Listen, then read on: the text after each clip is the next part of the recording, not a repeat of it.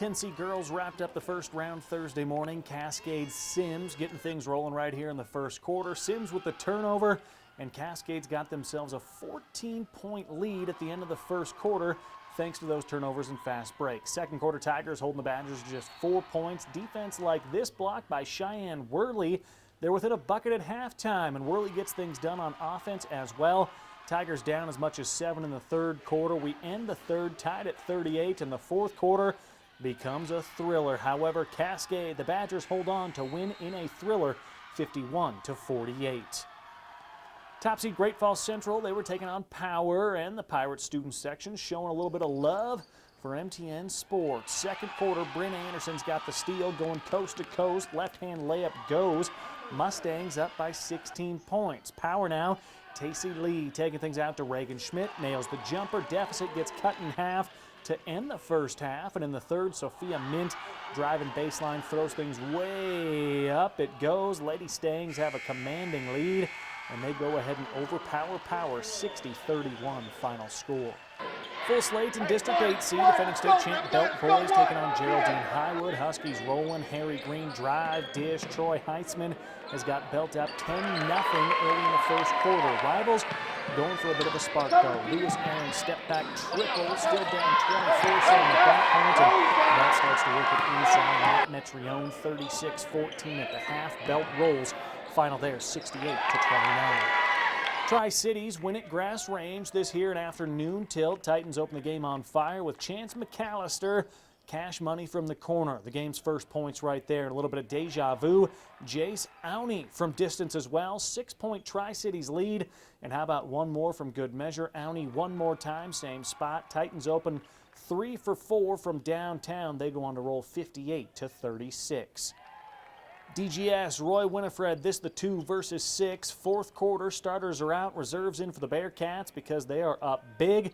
57-26, as a matter of fact. DGS has the lead. Outlaws trying to show some life late. Freshman Ryan Russell's got the 10-footer to go, but DGS way too much damage in the early quarters. 30-point lead after this one. Bearcats roll into the 8C semifinals, 69-34. Evening action at the 8C, 3 games on the ladies' side. Belt, of course, a district champion over and over and over again. Taking on DGS, they're up big right now in the third quarter. Look at the nice dish and then the jumper, 61-18. Belt's got the lead. Lady Bearcats go with a quick release on the other end. Julia Grubb on the money. They crack 20 points in the third quarter. Does DGS, but the running clock is in effect. Belt goes to Johanna Stinson from downtown. She's got it. And then the fourth, Cassie Hoyer does damage down low. She had 13. Belt rolls 71-23.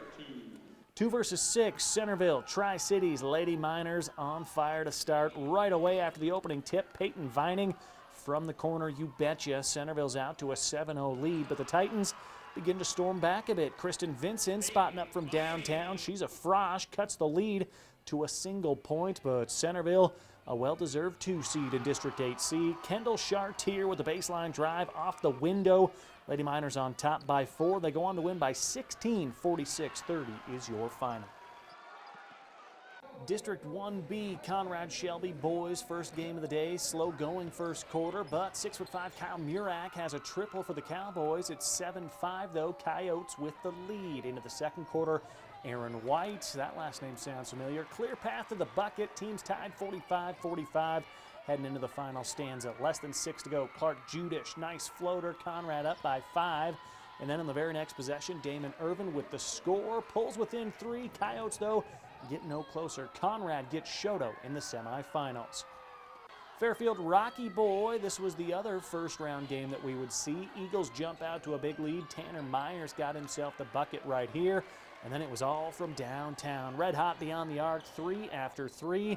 Fairfield could not seem to miss. Didn't seem to matter where they shot, though. Chandler Allen going into the key for the and one, 23-4 with 1 minute to go in the first quarter.